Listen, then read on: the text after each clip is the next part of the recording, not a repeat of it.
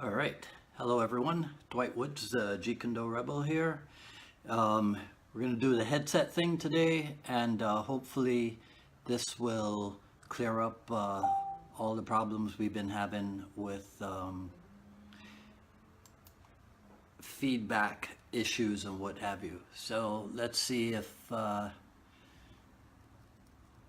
today. Hi, David Hines. Um, we're coming up. Mark Stewart, how you doing? Hey, Owen. That's one of my Glazer Kennedy buddies right there. What's going on? All right, so uh, systems add in. Hey, Calvert Strong. System is add in Mr. Cell. We will get this. There we go. Uh huh. Hey. Look at us. We're all technical. Yeah. All I'm missing is glass. We twins, man. Yeah. Can you hear me okay? Can you hear me Yes, okay? you. Yeah. Right on. Right on. Good on Okay. your end? Yeah, coming on nice and clear, bro. Nice and clear. All I'm right. gonna set up this. I got a little stand here that I use. I'll put this. Okay. Sorry, I had it or portrait, whatever mode, and they told me to flip it, so I'm doing that right now. Yeah, you do. Let's see, right here. There we go. Rock and roll. All right. Right on. Well, good to see you, man. Good to see you, bro. Been a long time. I know. So. I don't even say how many years. Yeah, we won't. So everybody say hello to Mark Sells on episode number 38 of the G-Kondo Dialogue. So Mark dates back to my Thai test in 1991. Okay, 91. All right. Okay. Yep. Oh, I want to hear this because I don't have a good memory, a lot of things. So Dwight, when that post came up and I remember just a little bit, and I think you were mentioning about who was there, and Yes. gosh, so I want to hear what you have to say. Well, okay, so this I'll tell you, this is the most vibrant memory. Okay. The bell rings, and you rush at me with a pair of iPad. And I'm like, what the hell is going on? So I gotta ask, wow. Okay. I gotta ask you this. At that time, were you guys part of like some hit squad or some enforcer unit for the National Academy? No, I mean, gosh, when I talked to some of the guys back in the day from that time, like Chad, let's say, or let's see, not Chad, Damon, Carl, and we reminisce, and a roundabout way to answer this would be we're pretty much like kicking butt as far as our training. Our mentality was really high intensity. It was a lot of fire in our training, and I was definitely, I think I'm still very like intense when I trained, even at my age now, with the guys and stuff. But everything was always, speak for myself, it was always 100%, so I know, I don't remember that well about the test. I remember it, but just like little here and there, I think that, as far as it's being a hit squad, no, we were in a time era, I think, where all of us, when I remember I talked to Damon about this some years ago, we chatted about it, and he said it was a special time. I think we were all like competitive. We were all just doing it for the love of it, at the time, and there was a drive, and he goes, there was like a camaraderie, and there was a sense of like we're all pushing each other, So that's what you're picking. To hear you say this now, I'm like, wow, to always run into people now, even since I've been at CSW, and I run into people from time to time that talk about that, and to hear their, like, the outside looking in at us, right? To see that we did have a reputation, I guess, for being pretty hardcore at the time, Yeah. I mean, we're not the first generation to do that, and hope not the last, but I know that was definitely a palpable thing there, right. with the guys. Well, let's talk generations. So, sure. 1991. When did you start training? Okay, I started at Dino San Academy. I believe it was April of '85. You know, I started there with, I started on a, just went down there, started with, my first instructors were Chris Kent, Guru Chris Okay. Kent, Sifu Chris Kent, and Cass Magda. You know, so, and at the time I started at the Marine Academy. I've never was never at the IMB, which is the other school, and so I started there with them. I remember calling and saying I want to start training there, and just funny. I remember the conversation. I don't know who was on the phone. It might have even been Chris Kent, or might have been even Mark Makita. And he said, I said, you know what? I want to learn like the JKDs. I want to go and do that. You know, I'd already been training for years, you know, prior to this, you know, and I said, but I don't want to learn that stick stuff. And he laughed, you know. Oh, you know, I don't want to learn that stick stuff. You know, I just want to learn, you know, the you know, the Wing Chun, what at the time was known as the JKD, you know, from that reference point of what we had back then.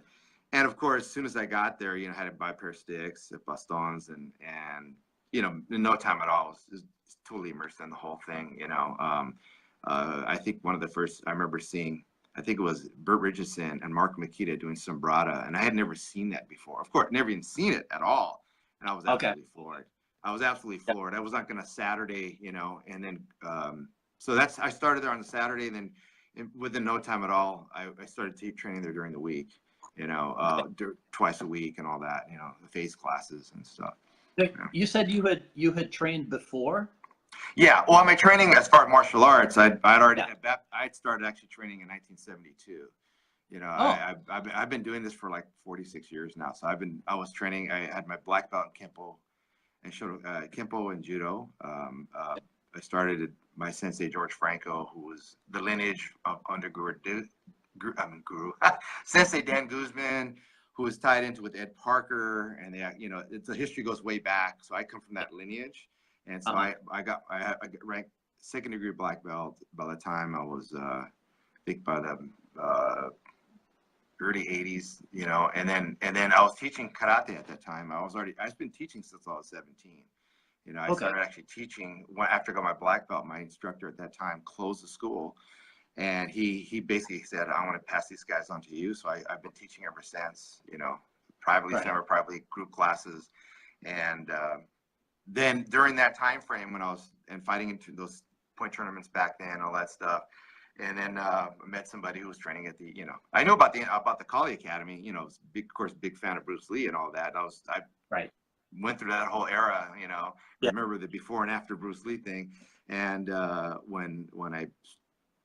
anyways, I started training all that time, and then in mid 80s is when I ran to a couple of guys who were training with some of Pete Jacobs guys, from Pete Jacobs over here in this side of town in Temple City in Southern California, and guys that I had knew that were training in my karate background, and then they once he started telling me about firsthand, you know, dealing with these guys that know Kali and you know. And the Wing Chun and the boxing, that was it. I said, I got to get over there. And that's how I ended up over there, you know. So it's been 15 years prior to that, even getting into the Inosan Academy, I think. Yeah. Right. What, if somebody said, what took you so long to? You know what? I was at the time, let me see, I just got married. I was living, to me, that was like on the other side of town, you know, like way over there in Marina Del Rey. And I was over in Monterey Park, which is Sangerbe Valley, you know. So back then the traffic wasn't so bad, but it was just like just getting around to it, you know, to going over there. I was working full-time job. So just schedule and stuff. And so I don't know why I didn't go over there, you know, just I always knew about the school when it was down at the Torrance, you know, and stuff, the original one. And when I was on the edge of about every issue of Black Belt magazine, every issue of Winside Kung Fu, Karate Illustrated, all that stuff. I got rid of those. I should have kept them. I had issues from going back from the early 70s, original copies of all that stuff. And so, yeah, but I you know, funny people to this day still say, I wish I would have went, you know, it's never too late, you know. I mean, I was thinking by the time I got to, go ahead. Yeah. So when you get there, and Cass Magda and Chris Kent are kind of in charge. What do you remember when you first met Sifu Dan? I first met him. He came because he wasn't actively there at that school at that point in time. It was some, Okay. he was over at that more at the IMB Academy. And at that particular time, so I would say I met him probably within, believe me, my eyes were peeled waiting to meet, Guru Dan, and it was probably, in fact, we didn't form, he just walked in one day during a Saturday class, and he walked in and picked some stuff up, and he went on by, and I was like, there he is. There's the man, there he is. It's like, and then so it was probably in 1985. I don't remember the exact date, it was early on, and it was just a brief passing. And then, man, I was during that whole time when there's kind of the stuff going on with the two schools, and I was right in the middle of not knowing everything, not knowing everybody, and what all the politics were. I say to Brady, bring that up, but all these things that were going on with the JKD family and who and what, and and all that. And well, I did want to get your opinion on that stuff. oh, okay. I was wondering if you're gonna ask me about that. Yeah, it's like, I did. Well, I mean, not to put you on the spot or anything, okay. but it's because you're one of the guys who, and Guy Chase is saying from what he remembers, he started full time 85, same time as you. Right, yeah. I remember So, that. Yeah. So you were one who did not go into martial art full time, right? Yeah, well, I was doing it. I was training every day. I was training several hours a day. So I was working a full-time day job, but my whole thing was martial arts, and stuff, my music as well. But I've always been kind of like this crazy doing these things all at the same time. Yeah. But I was already teaching even during that time, even before I got the, like I said, Sonic Academy. I already had several black belt students at that time that were ranked under me under that system, traditional karate and Kempo karate and judo. And so I was actively pretty, I was been martial arts the whole time, definitely, and so, yeah. So, but what I was trying to say was, you're not known as a career martial artist. You're known as a career musician. Well, you know what? That's funny. I have two personas, for if that's the right word.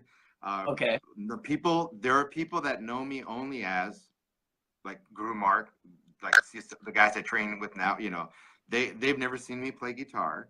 They've never seen. No, So I have like two sets of like circles of people. They rarely cross for whatever reason. You're like the Sometimes perfect split personality. Yeah, basically. So when there's guys who've never seen me on stage, and then there are all the people, all the friends that I know now and that I'm working with presently in the blues and music scene. I'm very blessed to play with some of the best players in the world, literally, and they know I do that stuff, but they've never seen me do any kind of martial arts.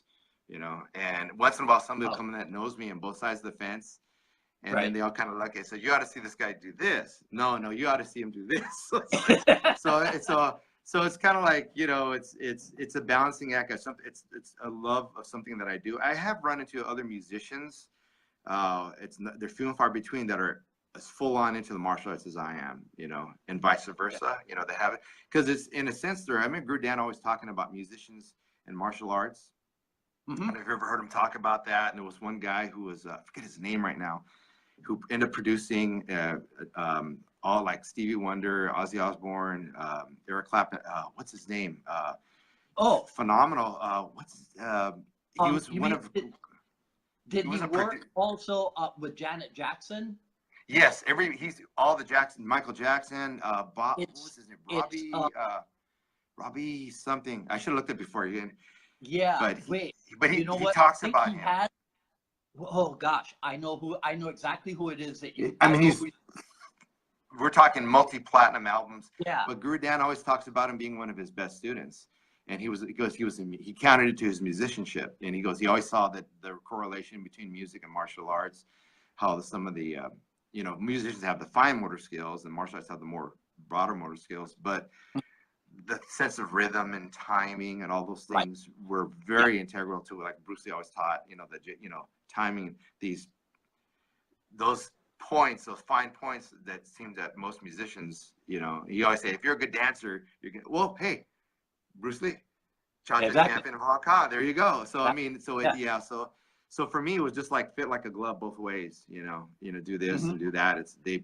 They complement each other. Even JKD, some of the philosophy of JKD is similar to jazz. The jazz music, how they just kind of bring everything together and express it in a way, where it's very a higher level almost in music, because Yeah. they're so diverse and they're able to improvise everything, the great jazz from Coltrane to Wes Montgomery, all those guys, they're like the Yeah. JKD of music, I tell people the story sometimes. I took an article that was written by Nicholas Payton, the jazz trumpeter from New Orleans. Oh, okay. And he wrote an article talking about his mentor, Miles Davis.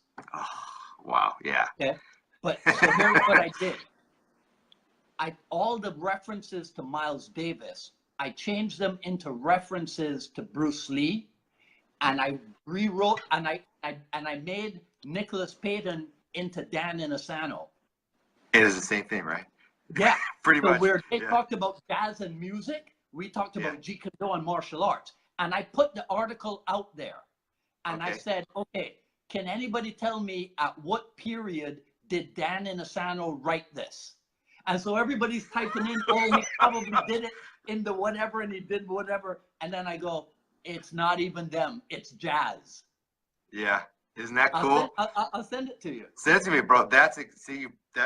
I love that illustration. That's totally legit. Totally, that's amazing. But you said it right there. That's what it is. Yeah. That thing about being to respond in the moment. Oh, I mean, that's what jazz is, to be able to do it, in from your soul, just from who you are, to play in the music that way. Like you mentioned Miles Davis. Oh wow, you seem like go wow, we're talking man, It's like, I mean, there's a few of them. I mean, I'm a guitar. I love Wes Montgomery, and he's one of my favorites. But anyways, yeah. So it's I just see it as a parallel. I see it in a beautiful illustration, Dwight. Awesome. Since we're talking music, I just found me some rare Dave Brubeck. Oh wow. Okay. Yeah, some Brubeck stuff from the 1960s. Right. Oh yeah. It's the good art's always never good. Go ahead. Yeah. Yeah. So back when all the controversy started in the Jeet Kune Do clan, what kind of impact did that have on you guys at the Inosanto Academy?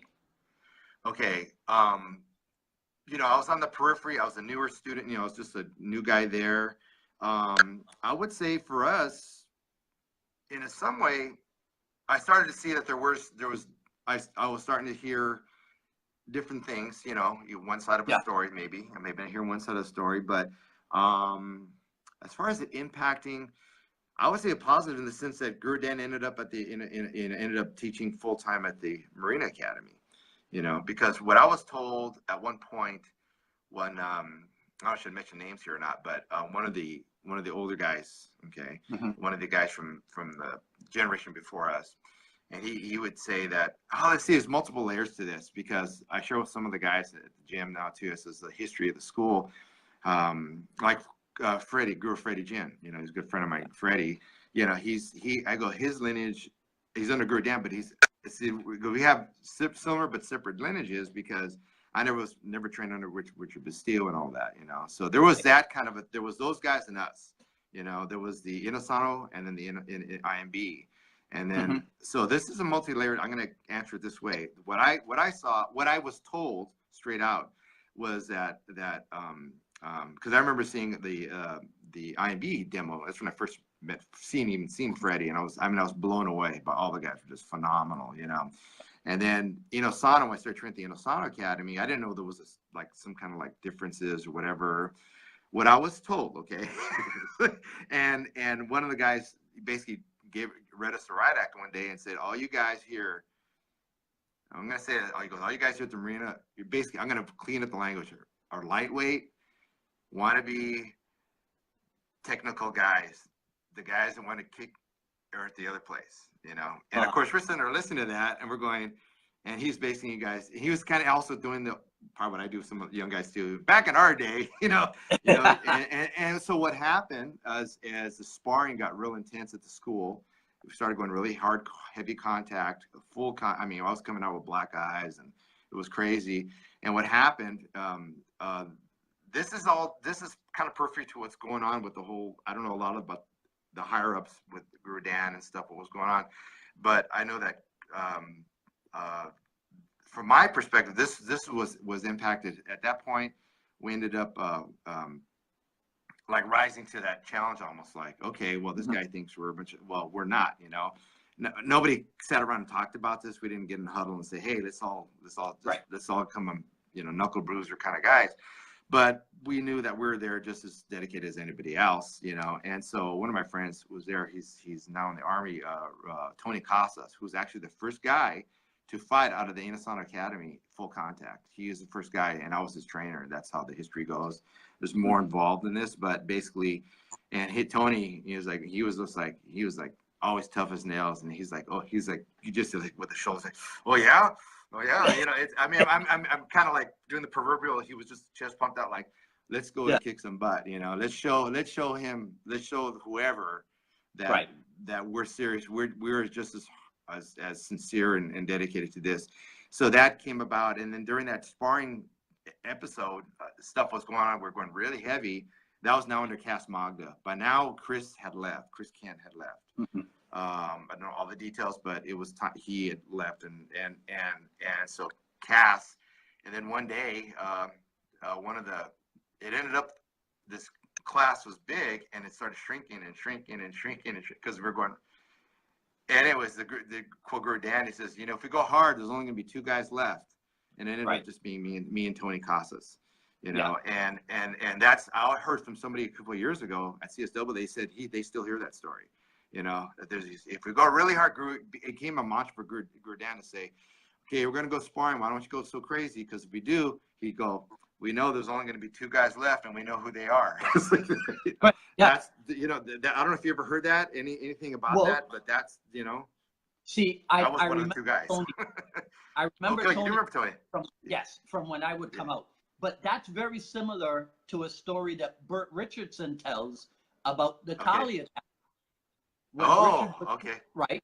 When Richard Basile says, okay, get yourself a pair of boxing gloves, when that started, then the numbers in the class started to shrink. Okay. So now let me ask you this, because I tried to do as much research on you as I could. Okay. There's only music on the internet about you. Yeah. But here's what I found. We have 43 mutual friends on Facebook, and they're all martial arts, right? Okay. But then on Facebook, there were check-ins for you, and the check-ins were at CSW. Okay. Right? So, and so now, is that where you were teaching and where Freddie Jin is also teaching? Yeah, well, Freddie's now there. He came in about a year or 2 ago, started teaching there as he came in. I think, man, I'm so bad with the time frame, but I would say it's been 1 or 2 years, at least, maybe 2 at the most though, but it's more recent, relatively recent, when he came into started teaching there. Yeah. And I've been, go ahead. So what lessons from back in the days of the hardcore sparring do you take now to CSW? Okay. Well, again, CSW being a place where you got MMA fighters, UFC guys, you have the whole gamut, under Eric Paulson. Well, I lecture them a lot about in my class, at least, there's 2 segments there. There's the fight practices in the morning that they have with all the guys, and I attend some of those regularly, and those guys, it's hardcore. It is full on banging. I mean, guy got knocked out last week. I mean, it's like, it's not for the faint of heart. It's but the they're all real deal. It's the real deal. They're all pro. There's several pro fighters there now. A lot of amateur guys. The team is like really doing really well under Coach Ben Jones, who's the head coach for the fight team, and Trent Mo is the team captain, but in my class, I try to work on them on the technical side of things. You know, I stress a lot of Savate right now with the guys. You know, they're digging that. Of course, like in East Coast, a lot of Muay Thai there, so that's very popular there at the CSW. And of course, all the ground stuff is huge classes. These guys doing the no gi, the BJJ, no gi, you know, wrestling, the whole gamut. And but I just bring in but I do tell them sometimes about, like, you know, I don't like, you know, the idea is you want to keep students, you don't want to scare them away. Basically, I'll just use it real simple. If you get guys banging too hard, I don't believe in, because I've been through that and I know there's a value to banging hard, but unless the guy's going to be in fight practice or something, I feel like in my class, I've always maintained, you know, to watch it, even though this guy's been kind of busted up. Even as much as I keep a lid on things, there's still guys, you know, get hit once in a while. One guy got a broken nose one time. Like, how did that happen? It was in my class, you know. It's like, busted his nose. But basically, I tell him, you know, you got to. I learned in a Guru Tet with him when I was training with Guru Tet Lokai that my boxing skills went like through the roof with him, and he had us all during this training. We're working with him. He didn't really have a spar for a long time, even though we were sparring in the other classes, working with Guru Dan. We were training concurrently. But I saw that my boxing skills went up when I actually learned how to box. Not just bang. You know what I'm saying? Not just get out there and I'll tell you right now. And it's funny. I will debate with anybody on this because of my experience. I says, you will not learn how to fight by just banging the crap out of each other. I says, you gotta have to have that part of it. But if you don't have I tell this to my guys now, it's like putting something in the computer. If you're not putting anything in the computer, you're not putting in that software, you're not going to get, all you're going to end up is you're going to just guys knuckle dragging, swing from the trees kind of thing. And you don't want that, you know? And so you want to develop a skill because boxing, it's an art. It's a science, you know, and Guru Tet taught us that way, you know? And next thing you know, I became very adept with my hands, you know, became like a really good boxer, you know, and it's because he trained us.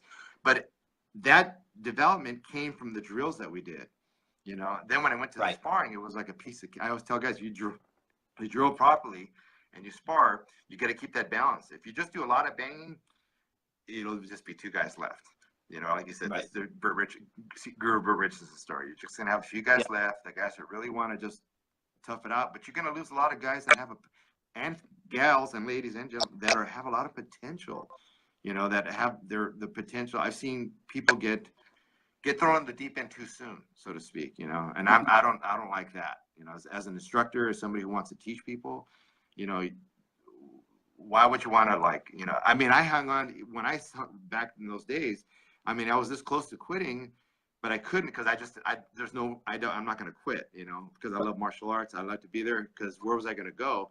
But I was literally coming out of there, I mean, full on. I mean, I would go to work with sunglasses on, and then I was just like, regular thing. I'd be like black and blue. And ironically, back in that story, there was three of us, and the other one, Nolan, he was Nolan.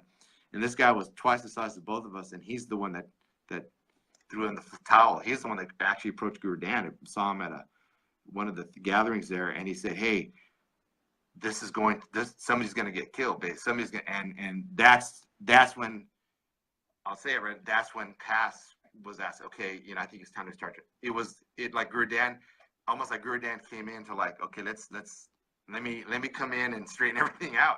That's I was there, and that's what happened. That's my understanding what happened. And that's when Guru Dan ended up being full-time at Dayton Sound Academy. You know, that, I mean, it could be other motives behind it, but I knew that was part of it, that we were told that Nolan said, he went up to Guru Dan and said, it's too rough. We're risking serious injury, and there's nobody left in the classes. And so he basically kind of blew the whistle, basically. You can say something like that, you know, and said, you know, something's not right here, you know, and that's my remembrance of it. And that's what happened. You know, I was there, so, you know. You mentioned. But I don't want to upset anybody, but you mentioned becoming adept at the boxing. How did you become adept at the weaponry? The weaponry was training the whole time with Guru Dan, you know, of course. But I would say that I gave my kudos to Guru Teti Lokai. What he did when he came in, he started kind of like from scratch. He goes, okay, we need to work on. He started working all the traditional, what I would understand from the Fuller Villa system, and he trained us the Stoka Parada, Tigbas Levante, all those drills, the triangles, footwork positioning, body mechanics. In fact, I remember him telling me one day, because I was already in the demo team at the time, and I was feeling like I was moving on up and all that stuff. And Yeah. he told me, he says, your stick is, it ain't there, it ain't happening. I remember being like, what? Like what? I'm hardcore. I started hitting the bags that next day. I think I got, but he said, the thing is, I was expecting to hear like, man, you're doing great. He came up and basically said, you're weak, you know? And in fact, one of the things that I know that happened that improved our stick work, because this, you know, we all are there training together, you know, Guru Louis Campos, he had been training, when he came out to, he has a solid background in Sarada, you know, and he also had been trained at the IB. So when he was over, when Guru Ted came in the picture, he actually asked Guru Ted, hey, I noticed there's no power in the collie. Is that the way it's supposed to be? And Guru Ted was like, what? You know, it's like, and then so again, oh, we're not going to have this. And so he made us all get heavy bastons, the heavy axe handles. So we started training with the axe handle. That was part of our curriculum with Guru Ted. So we started doing the position. He would make us stand there and position, you know, with the axe handles. We're talking hardcore, traditional collie kind of mode of training. And we would position the number one strike. And he'd walk up and down the line until everybody had it right. And then we do those low squatting, especially when we got to, like, I think number 10, 11, and 12 on the Stoka Parada counting system, where you had to squat real low. And we would stand, and it was tough training. And that's what brought out, and I remember Guru Dan even commenting, we had been doing it for a few months, and all the guys were also training with Guru Dan in the evenings, because those classes were on Saturdays. And during the week on the face classes, and Guru Dan was like, sheesh, you know, everybody's looking like collie guys. He was like, what's going on here? But, you know, it's like, what's happened? And everybody's going like this. Everybody's striking and moving with the body mechanic, the low hip, the lower center of gravity. And that all, and Guru Ted taught it though. So the boxing and the stick work were hand in hand. I was talking to Guru Louis just yesterday at the Christmas party at CSW. We're talking about back then, because he trained under Guru Ted as well, and this Mark Stewart as well. We were all there together, and he said, you know, Guru Ted taught everything in a flow, in a progression, and he would weave the classes. I remember he would teach. We would have, our format would be boxing for an hour. He had a big straight boxing class, and then he went straight to an hour of Wing Chun. Okay, then he went from there to an hour and a half of collie. All under Guru Ted Lokai. And you're talking about the golden time, because Guru Ted would teach something in the boxing, the Panatukan, you know, all the different drills we're doing, and he'd weave like something like, said, the Hyung Sao, you know, he'd show like the knife, because it was all based on, the Panatukan is based on the knife. Because his father's devised it, you know, it's Lucky Lukai who came up with that, you know, I mean, that I know of Panatukan, you know.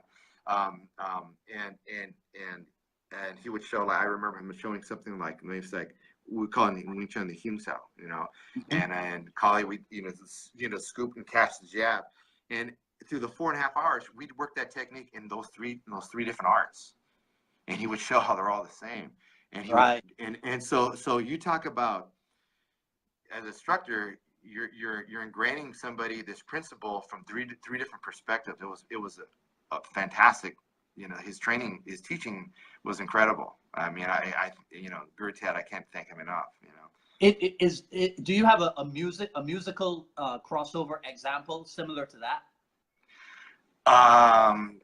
As far as, you mean, like learning something in one way and going, you know? I mean, because I'm actually, go ahead.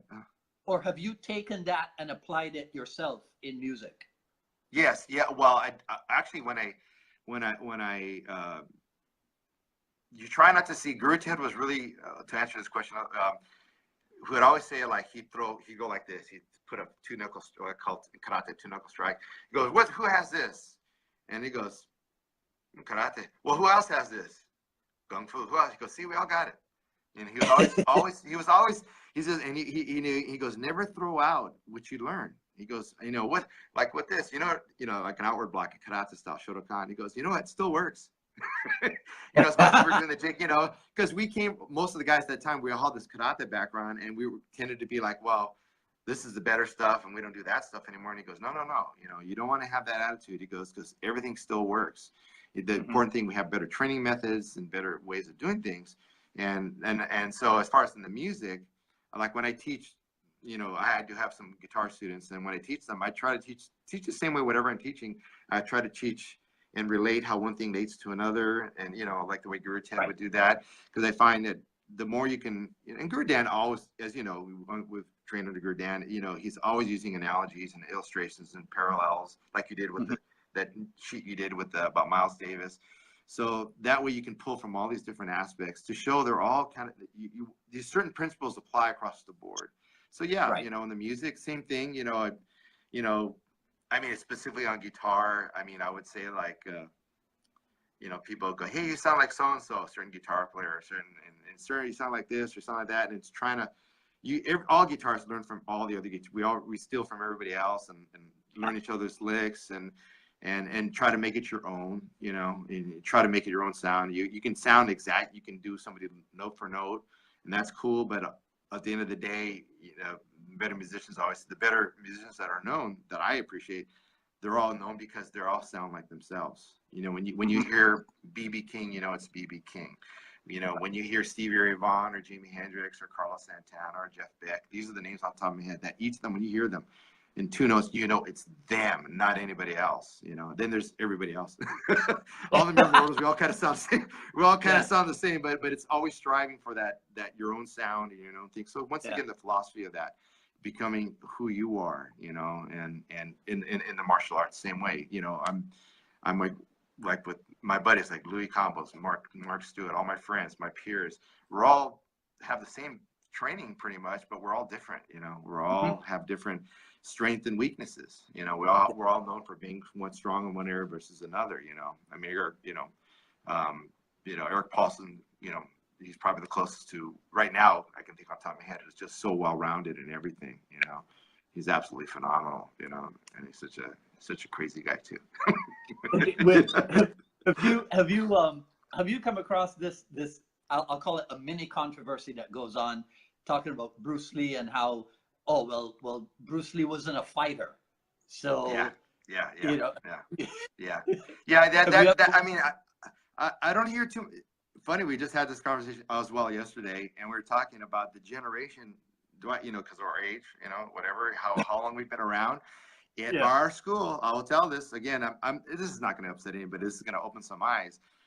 As I'm teaching, and it happened even recently, I'll refer to Bruce Lee, and they won't know who he is. You know. Wow. Yeah, and then I'll give an example. Guru Dan, who was at the came on CSW. Say last year, in fact, there's a picture. I'm looking up there. There's a picture of me, Guru Freddie, and Eric and Guru Dan sitting there at CSW, and I posted that on Facebook, and it got tons of like, wow, my musician friends too. You know that guy? We know the older ones are right. You train like they're like, wow, they're shocked, you know, and. But that day, I remember a couple of them, some of the guys there that train with me or trained at the classes there. I said, "See who's here?" And they look over and I go, "Yeah, isn't that's Guru? That's that's Coach Eric's instructor, right?" And I'm not kidding you, Dwight. Where Guru Dan was sitting right above his head. See that picture you have behind you? It's about that size. It's the one with him and Bruce Lee that's that black and white photo they took down at Palos Verdes, like over the ocean, and they're wearing the Kung Fu garb, and they go, that's him right there, and it still didn't like, oh, okay, it's that guy. I'm like going, oh wow, you know, it's like telling it, you know, it's like, you know, and because you know, honestly, we're in this 21st century, you know, some of these kids were born in the 23, we're talking about, I started in 85 and I started in 72. I mean, I'm older than some of their parents, you know, these guys, you know. So as far as that controversy, as far as that, there's not a lot of the discussion, at least at the school that I've heard, not just for only the school. I'm aware of it online. And when I go and somebody will post something, you know, hey, what do you think about the MMA influence and how Bruce Lee, how he would have done all those kind of, we call it anachronism when you go back in time and you put, but at the time, yeah, I mean, a lot of people that say negative things, they're from the newer generation. And they're just not aware. They say, honestly, I don't mean, they're out of ignorance, not in a pejorative sense, they're just not aware, they're ignorant. They're not aware that they're standing on the shoulders of someone like Bruce Lee, that we all are, of these men, and so, but that's the kind of they call it chronological snobbery when this generation has it and that one didn't, it's like, no, I tell the guys even recently, you know what, there's nothing new under the sun. Everything you're doing, everything's been done, everything. There's a guy training right now with the fighters, and I noticed a lot of, from the clips I've seen, I told one of the fighters, that's so cool, that stuff we used to do in high school. Burpees and climbing ropes and all. You go, oh, man, it's amazing. It is amazing to them. I go, but because things as far as training methods come and go. I remember back in the day when they used to still do straight-legged sit-ups. Back in like the '60s. Like you had to do them like that. Like nobody does that now. But in the same way with everything else. But there's nothing new. It just becomes new. It comes around again. Like Guru Dan's always said, things will come in cycles. And we've been around long enough to see these cycles come around. Right? I mean, I see guys even. There was I saw something on Instagram, and it was the Machida, the karate, and they had all these guys lined with their seminar, and they did some. Look at it; they're all wearing traditional garbs. It looked like the intro to the Enter the Dragon, where all the guys were lined up going, boom, boom, and that's the new big thing. I go, hey, that's what we used to do back in.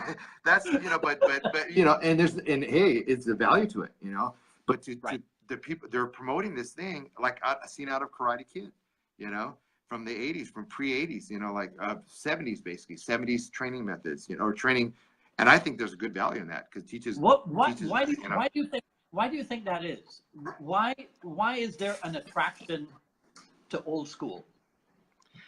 I think, well, what I've seen is because there's a lot of emphasis now because there's such almost an oversaturation of information, right? You can go online and see anything and everything for free. You can see guys, whether it's music or martial arts, anything you want to know about, anything you can look. Not that it's going to be good stuff, but it's going to be there. So what's missing is the fundamentals, the ABCs of things. That's what it comes down to. It's all up here in the clouds. Nobody's down here on the ground doing the 1,000 kicks a day kind of thing. That's kind of like not. And so when guys come along, these trainers come along and do this stuff now, I go, that's great, wonderful. That's what they should have been doing all along. Everybody wants to do, because I've been at the school there for a long time, and there's a lot of guys come and go, and they want to do the Floyd Mayweather focus mitt kind of thing, and in 2 days, like that's not boxing, I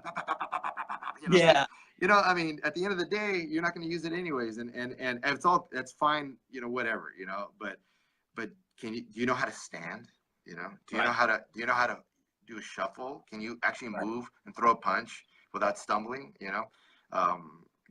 So that's the value is it's a track. Me and Guru Louis, we call it the razzle dazzle. Everybody likes the razzle dazzle, right? Everybody likes it. Like that's what Kali is so beautiful in the movies. It's because aesthetically, seeing Kali movement and the flow is very impressive. But so our eyes are we like the sweet stuff, but the core stuff is where it's at, and that's why it's popular. I think hopefully people are getting back to that, just some fundamental stuff. And I talked to the coaches, there's Coach Dale pro box. There's a couple of pro boxing coaches at CSW, and one of them, Dale Roybal, who's working with the fight team. He came in about he's been working with Jake and some of the guys for a while, some of the fighters in the gym, but now comes regularly in the fight practice, and he does a 20-minute segment. Coach Ben Jones lets him do a 20-minute segment, and honestly, and we talk. We're really tight. We're really good friends, and all he works on, is pretty much basic stuff. In his own words, he said when people come and ask him for training, he says, "You want to box, or what do you want?" And he goes, "Oh, if you want to do that stuff." Because he says, "I'll tell you right now, if you really want to box," and they go, "Yeah, okay, it's going to be kind of boring." He tells them that. He says, he goes, you're going to just be doing a few things for a long time. You know, if you really want to box, if you want to just kind of aerobic, I can do that. I can hold the mitts for you, do all that kind of stuff. But at the end of the day, if you were serious about doing this, you're going to have to do this over a longer, you know, stretch. So that means getting your phone. So I remember him getting the footwork with the guys and seeing a lot of guys having trouble with the footwork, and the guys were already fighting. These are some guys were already, like some of the amateur guys, and he would have to do certain drills with them. They would have to stop and think about it, you know. So it's been a blessing that he's been there, and yeah. Kudos to Coach Ben for bringing him in, you know. Who's Ross Candell? Ross Candell. Okay. Is that a musician friend of yours? Musician friend, yes. Okay. And he just made a comment about the scales, that you got to know them. Yeah. Because as you were talking, I was thinking, is it the same thing in music? People want to come in and learn the razzle dazzle in guitar? Oh yeah. Oh, even worse. Hey Dwight, as musicians, because they're in that sense, and martial arts more of like kind of yourself, the people around. The music, if you do this, then it's in front of people. So now you got that going on. You got that element, you know. Right. I mean, you know, you're training at the gym. You're not worrying about there's people around the ring watching you hit the gloves, you know, or whatever. That's not important per se. But in music, you know, especially you guys want to be, especially like, well, guitar players are known for that. As you know, like getting, you know, they're out kind of in front, lead style of music in our culture that predominates, at least in the music I play, you know, lead guitar. Yeah. That's you know, we can probably most people can name more guitarists than other type of musicians, even though they're all super phenomenal and important, you know. Right. They're more in front, like lead singers, there's lead guitarists, you know. But yeah, so that's like that's why some guys say, hey, I can give you some lessons to teach you like how to do this, you know, instead of just like you think you're wailing on the guitar, but it's kind of obnoxious. You're just kind of like, you know, just like it's like you gotta have some melody, you gotta have something, you know. Guitar can, you know, or music, you know, especially guitar, pop piano too, because unlike sax where you have to breathe, in guitar you don't have to breathe, so you can play notes endlessly. And one thing I'm learning lately, because I was studying all the jazz guys, is that you really should mouth your as you're soloing, you can verbalize your solos, keep you in check, you know, because as the piano as well, you can just sit there all day. That's why guitars are known for taking longer solos, or piano, you know, and because just the nature of the instrument, it can be abused, you know, or taken advantage of. So you lose sight of like, hey, we're supposed to be making music. This is supposed to be about a band making music together and right. communicating in melody and harmony. And versus somebody guy going out there and doing a Eddie Van Halen solo, you know, Eruption or something, you know. So, if you weren't playing guitar, what would you be playing? Either piano or sax. Really? Piano. I fall in love with piano. Yeah, I love piano. One of my favorite all-time musicians is Bill Evans, the great jazz pianist Bill Evans. I hear his music, I just want to cry. Just ethereal, you know. And I go, oh my gosh, you know. And then it would also be sax. I have some friends that are killer sax players and jazz guys, and I'm recently really turning more to listening to sax for as help me on my guitar. You know, that's really, and one of my favorite, Carlos Santana, said that years ago. He said, I just listen to sax players, and so many great guys that I admire. But I used to think, really? What are you talking about? Yeah, they get they're trying to emulate the sax, you know, the sax sound, and some things they don't transmute across because of, again, the nature of the instrument, as far as the fingering and all that. But yeah, that's definitely piano and sax. Yeah, not drums. That's too crazy. You're gonna make me when I hang up with you, I'm gonna go check my Bill Evans catalog. Oh, cool! Yeah, the live from Village Vanguard, 1960, like early 60s. Oh my gosh! Okay. You know, any of his earlier stuff is just amazing. His solo stuff is just.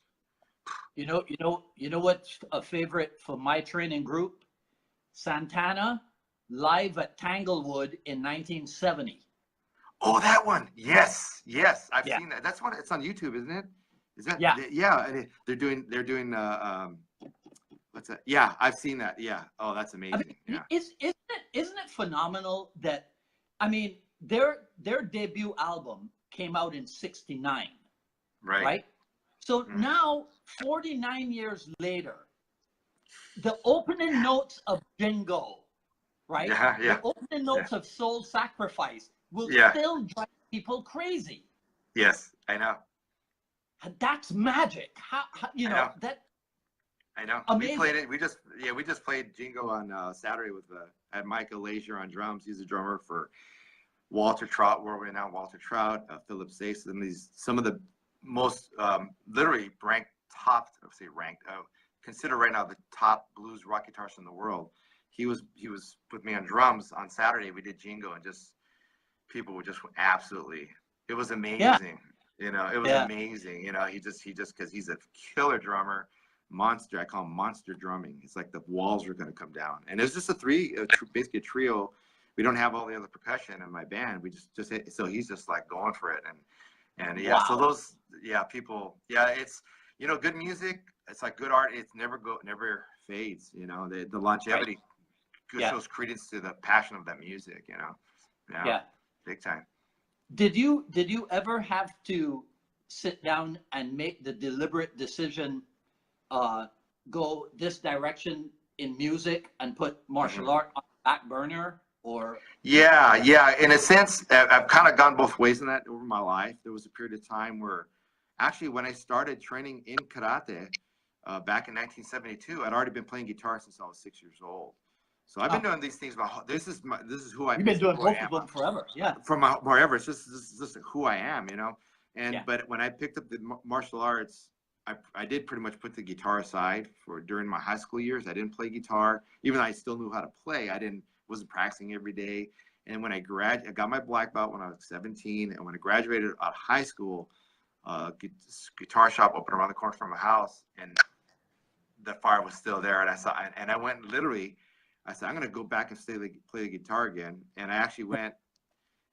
At that time, my dad thought it was crazy at the time because he says, I said, I'm going to get a guitar, and I bought a Les Paul, which I still have, which is a full on. At that time, I bought it at the recycler for like $500. It's worth like way more than that now. But and they're looking at me like talk about jumping in the deep end. I said, I'm serious. I want to do this. And I've been doing that ever since. So there was some gaps in there with my music where my martial arts kind of took more, of that, because physically martial arts is more involved. You got to go to the gym, you got to go to the dojo or the studio and do your thing. So and then as time went on, I just kind of brought it back and forth a little bit here and there, and then I think in the mid '90s, that's when I started playing more. Started doing some CDs. I did a few things and kind of grew from that. And my most recent incarnation of this is I was about ready to stop the blues thing and just study because I also play flamenco guitar. I actually been studying that for like 10 years, and which is a whole other style of guitar. So not only so people think, oh, you're really crazy. You're gonna do this and you're gonna do that too. Because most guys, when they go to flamenco, they leave the electric behind because it's a whole other style because you use both hands, and it's a whole different instrument basically, and fundamentally at least. And but I was really into that, and then I got tapped to do a motion picture soundtrack, and it was out of the blue. And then said, I better go I guess I got something going with my blues here, so it's so I had to get published. I had to do all that stuff, and that's so here I am still doing it. I would have actually was pretty much just going to put it aside, play it. I love just pick up the guitar and play it. I don't have to go in front of people to play. I'm good. Yeah. But if I was going to play anything, I said, let me just do solo flamenco guitar. I don't have to worry about a band. I don't have to worry about hiring anybody. I don't have to worry about paying anybody. You just made me think of something when you talked about the soundtrack thing, right? Mm-hmm. Because on Facebook, another one of your check-ins is 8711 Action Design, right? Yeah. Now, I don't know if you guys know this, but to non-Innisano people, right, non-California Innisano people, all of you were stuntmen. Yeah. Yeah. Well, I wasn't, but all the guys were. All the other guys were. Yeah. I was one of the few black sheep of the family. Yeah. Yeah. I was. Go ahead. No, what are you so gonna say about that? I want. That was the other thing I was wondering about. How come you didn't go, pursue that? Because Tsuyoshi Abe was on here watching for a little while. Okay. I just got in touch with Jeff Imada, so I'm working on getting him on the show. So it made me think of that. How come you didn't go that route? It's just not something I wanted to do. It was definitely it was almost on a platter for me to take it, to actually do it. I remember a guy, in fact, one time. So the quick answer, I was married at the time, had two young sons. I was working full time. I just didn't want to take the risk of going into that. It would have been missing work at the time and stuff. So that was one big thing. And the other thing, I'm not big on taking 90-foot free falls, or something, like I remember Chad Stahelski one day came up to me. He goes, "Hey, Mark, it was great." He goes, "I just did a 90-foot free fall today." I'm sitting there, "Are you freaking kidding me?" I'm sitting there going, "You can pay me enough." I mean, free fall. That's basically a 10-story building, onto a pad. Yeah. and for him, I was like, "Wee," and so that was it. I remember we were there, and Guru Dan came in. A guy came in. "Hey, you guys, anybody want to bodyguard the Rolling Stones?" "Nah, that's right." that was offered to us one time. Guy came in another time. "Hey, we need." In fact, it was fun. I just remember this. Speaking of Tony Casas a while ago, and Guru Dan. I forget who walked in. It was on a Thursday, whatever, in the evening class, or whenever it was. But Guru Dan goes, "Hey, they're looking for two Mexicans that go with a knife."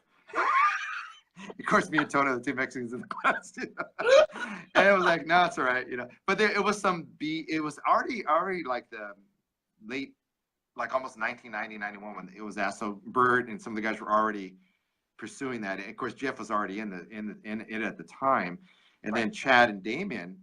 They were all buddies. We worked all together all the time. We're the demo team together. We go way back.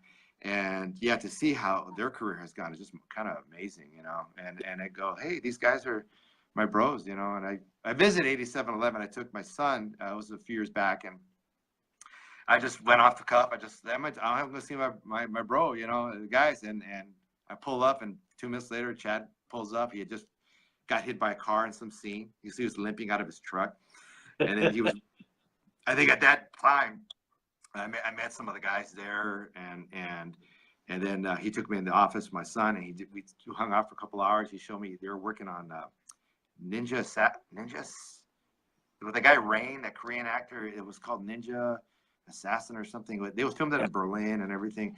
Yeah, it was it was one of the big budget ones they were working on. He showed me pre-clips of it and stuff. He gave me the whole rundown, and we got up on a lot of stuff. He really shared a lot with me, how his career has gone, why it went this way, and his near-death experiences, as a stuntman, with a lot of injuries he suffered, entailed, and traumatic kind of things. I'm going, dude, I never asked him how much you guys said, "Man, I don't know how much my brand, I don't know how much you're getting paid." But once again, it's like, that's a heavy cost. And of course, they're doing great now.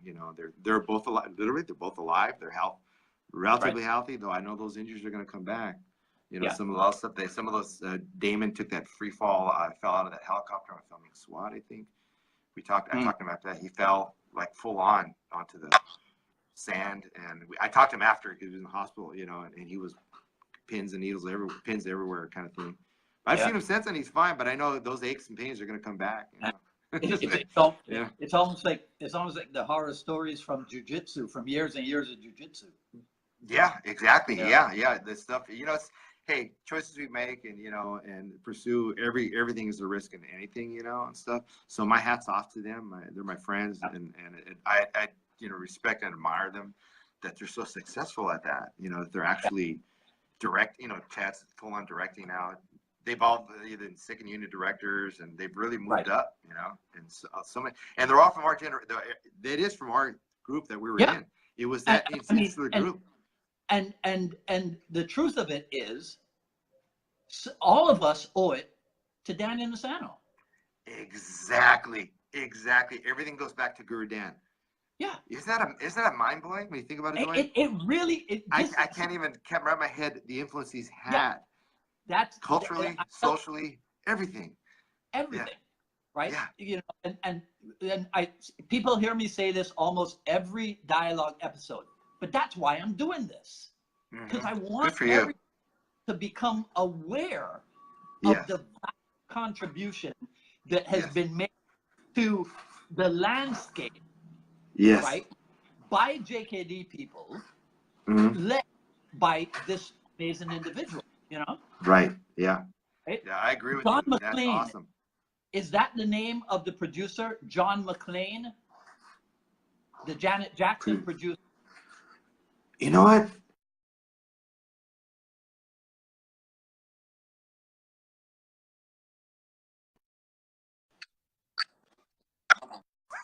Go back because he produced.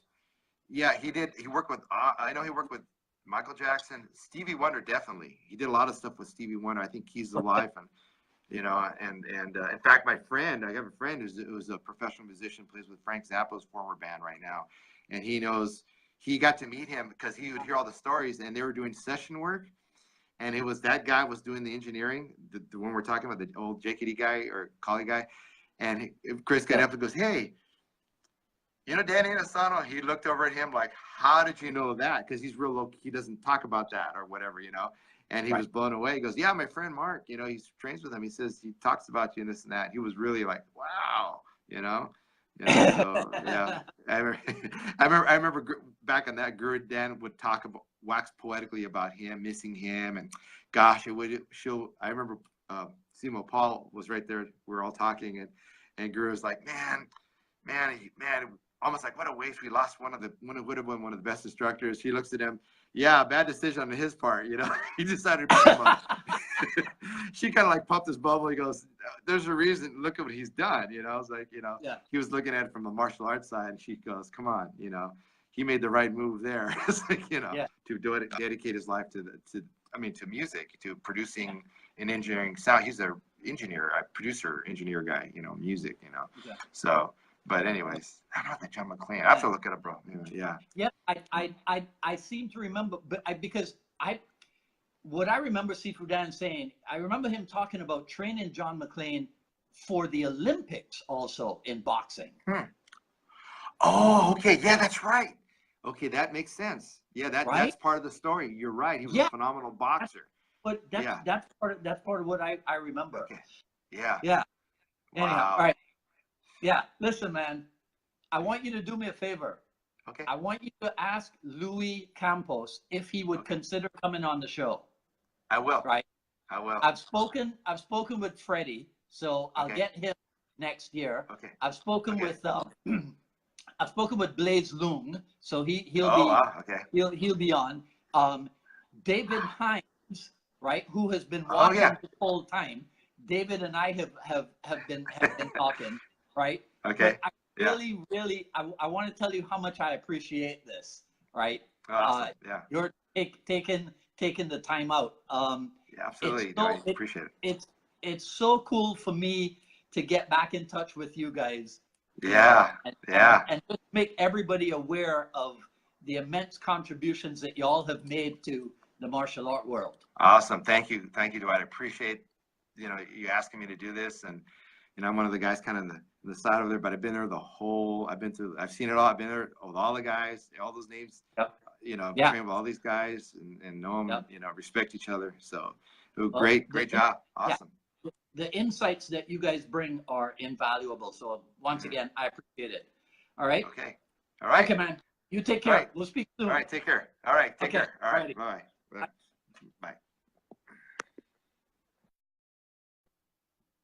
Bye. That was super cool.